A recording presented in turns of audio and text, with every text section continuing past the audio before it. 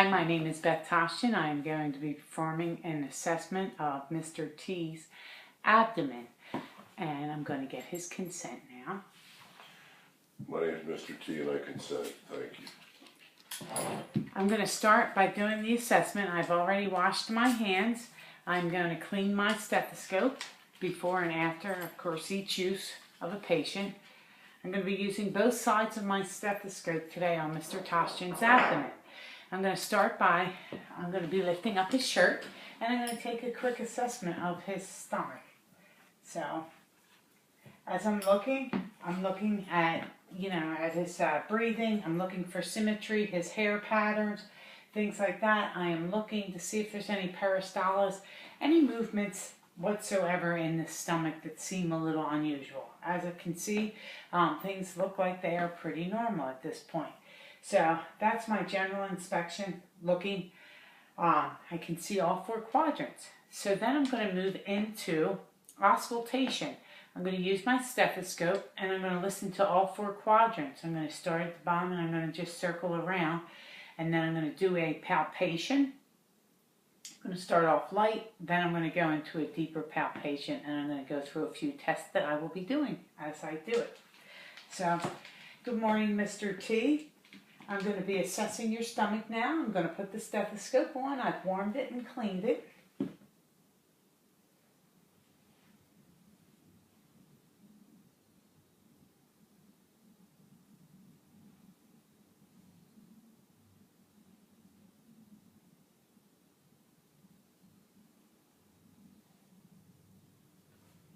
I've listened to his bowel sounds, and I do hear active bowel sounds. They should be about 5 to 30 every minute, depending on how active his bowels are. If it's greater than 30, you would probably assume that it's hyperactive. And if you don't hear any bowel sounds, then we really should be assessing it for an entire 5 minutes, listening to see, before pretty much throwing in the towel and calling in for GI specialist. So I have listened to the quadrants. I did hear sounds in all four quadrants. There are some important structures that have fallen in each category. Up in our upper left, what we're expecting here, this is the liver. I'm going to be doing a palpation of that area. And over here, we're going to have our spleen. Hopefully, we won't be able to palpate that. If so, that's going to be a negative finding, which is going to mean that the spleen is enlarged. So hopefully, we won't see that. And also, I'm going to be doing a Murphy's test, and I'm going to be assessing the gallbladder with that. So, going forward, I did listen to those. I'm also I'm looking at the aorta, which would be dropping down here, and it's going to branch off into the iliac veins to the renal arteries, and then the femoral arteries. I will be also assessing those while I'm looking. And what I'm looking for is I want to see if there's any, any pulsations, things like that. Just something that's out of the ordinary. I'm going to listen with my stethoscope, and I'm going to try and hear those sounds, which I should be able to.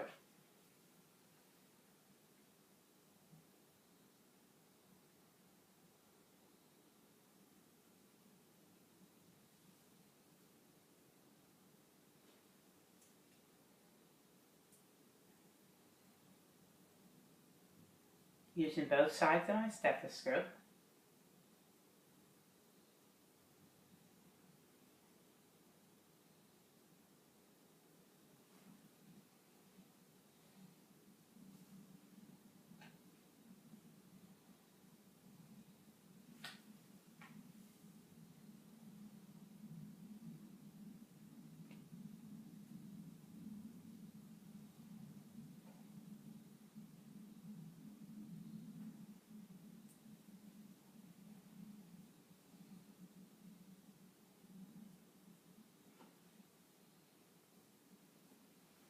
Okay, I didn't hear any bruise or any sounds like that, which would be like turbulent blood flow that, would be a big issue. So I'm going to be moving on. I'm going to go into my palpation phase. I also want to point out, too, that around the back we're going to have the kidneys, so we would be looking for some things. Under palpation, what I'm going to be doing is I'm listening for tympany, which is going to be more like a drum sound. and that should be over any of the hollow areas that are filled with gas and air, which most of the abdomen should be, until I get up to my liver, and then I'm going to map that out and see the size. So I'm going to do a light palpation. I'm going to also do that in all 4 quadrants too, and then I'm going to go into my palpation of my liver. Okay, with my non-dominant middle finger down, the top portion, I'm going to be using the middle finger of my dominant hand.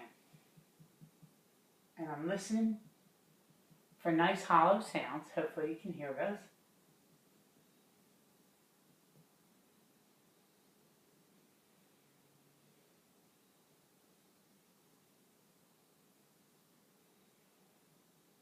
Okay, so it sounds like a nice drum. I'm going to start now locating my liver, and I'm just going to tap.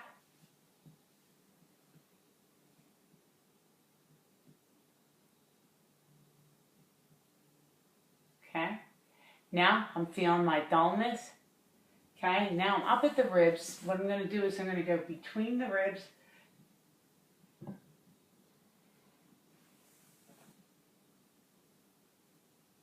Okay, so now I'm back to some dullness. Okay, so I would have this liver, and I'm going to measure. I have already measured the size for the video. Of course, it would take me a lot longer. And his liver is about 10 centimeters, so it does fall within the normal range. So I have to report good liver there. Also, what I'm going to do is a Murphy sign. While I'm palpating his liver, I'm going to have him take a deep breath. Deep breath. Real deep. Does it hurt? No. Okay, great. So what I'm looking for is, if there were pain, then we would think that maybe that he does have, some cholecystitis, that, maybe it would be inflamed. So gallbladder seems to be okay.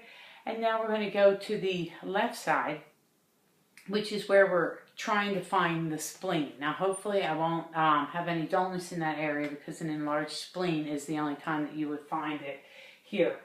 Based on the ribs, it would be tucked under the ribs. Okay, so. Okay, the only dullness that I'm getting is over the rib there. Okay, and he's not having any pain during that palpation. So that's the percussion. So that is great. Good thing to know. I am also, while I'm doing that, I'm also looking for ascites to see. Is there any swelling or anything like that in the abdomen? Ascites, what would happen is the fluid would shift to the back. So I will have Mr. T shift to his side so that I can see. I can see that there is no ascites. Good old abdomen here.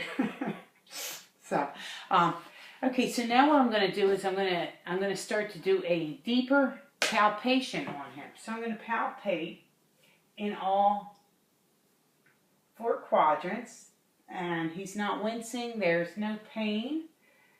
I am palpating. Now I'm going to come up here at the liver. I'm trying to palpate under the lip. Okay, so he does have a little bit extra tissue, shall we say. So I am using 2 hands just to get a good palpation here. Okay, I started off with light, and now I'm going deeper. So all 4 quadrants. Do you have any pain here? No. Okay. Also, while I'm at the palpation, patient, I would also be feeling down here for a femoral pulse. I want to see if I can get one. I'm able to get one. So, the pulses are sometimes important. You want to feel those while you're doing the other things also. So with my palpation, things seem to be soft. I'm not feeling any lumps, anything normal in my assessment. So, and the important things are, in our right upper quadrant, we're going to have our liver and gallbladder. Those are the 2 things. So when I did the Murphy sign, that was negative, so that's a perfect finding that we want. Also on the other side, I did not feel his spleen. I wasn't able to get a dullness except when I was up at the ribs. So, and that's good. So feeling around there while he's taking a deep breath. If I did feel his spleen and it moved up, that would be a perfect sign. That's what we would want to see. In our right lower quadrant, I'm going to pay a little bit of attention to that area now, is where our appendix is. The appendix is an organ that really, we don't know what the use of it is. Like, it doesn't have it does have a purpose, but it's not a real strong purpose. It's not life-sustaining. Many people have had it removed. Younger people, it seems as though they rupture a lot more, have appendicitis, and do have to have it removed. Now, what I'm going to be doing is testing for rebound tenderness. Rebound tenderness is one big sign. I know when you have appendicitis, you really, the majority of those people absolutely are sick. So they usually come in nausea, vomiting, things like that. They're going to have rebound tenderness, things like that. So the way I'm going to assess it is I'm going to be pressing in on Mr. T's right side, and I'm going to see if there's any pain. If he did have pain, and I removed my hand, the pain should increase, but he doesn't have appendicitis. I'd already checked that. So what I'm going to do is I'm going to push in, remove. Did you have any pain before? No. Did you have any pain after? Okay. So it's a little hard to show that as an assessment, but that is what I'm looking for. There's also a few other things that we could do with that too, is we could do a rebound tenderness from this side, and removing, we should be feeling the pain over there also. I'm also going to show you another test, and this one is called the Ilopsius test, and it's going to be using a leg lift. And if you suspect appendicitis, you have the patient lift their leg, and you're going to push down on their leg. So can you lift your leg? Okay, lift it up higher. Okay, I'm pushing on that. Do you feel any pain? Okay. Can you bend your knee up? Bend your knee up for me. Okay, now push against my hand. Okay. Also, on the same thing there, he's not having pain, and if he did have appendicitis, he would be having some of those problems. Oh, let's see. So we did go over the Murphy sign. That is a big one. I also, let's see, I did the other signs. I palpated. I'm also going to check, like I promised earlier in the video, I will show you about the ascites. And our little guest, Lexi, has returned. So, I'm going to have... Sorry. I'm going to have Mr. Tostian roll to his side, and, this would be my last test for the ascites. So, what we would expect with ascites is that the fluid would go down, the air would come up. So, if I found that he had... some ascites here, some fluid, it would have been dull on these sides. So now I am assessing. Get out. I'm assessing, and I am getting tympany. So that is a perfect sign. That's perfect, and that is what we want. I am also going to do the ascites wave, and I'll show you that from side to side. Mr. Tostian, Mr. T, can you lay back on your back? And what I would do is, I would have him put his hand here. No, like this.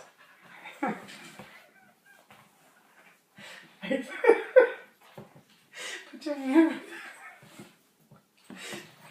Go. Put your hand on your belly like this. Right. Okay. All right. And what I would do is, I'm going to push, and his hand is going to keep the organs from shifting. So when I hit this side, if there was ascites, I would expect the wave to come over and hit here. So I'm not getting that. And that should conclude our assessment. I do apologize. Lexi wanted to be in the video. So that concludes our assessment today. And I will finish with a brief synopsis of what I found with the patient. So thank you. Have a good day.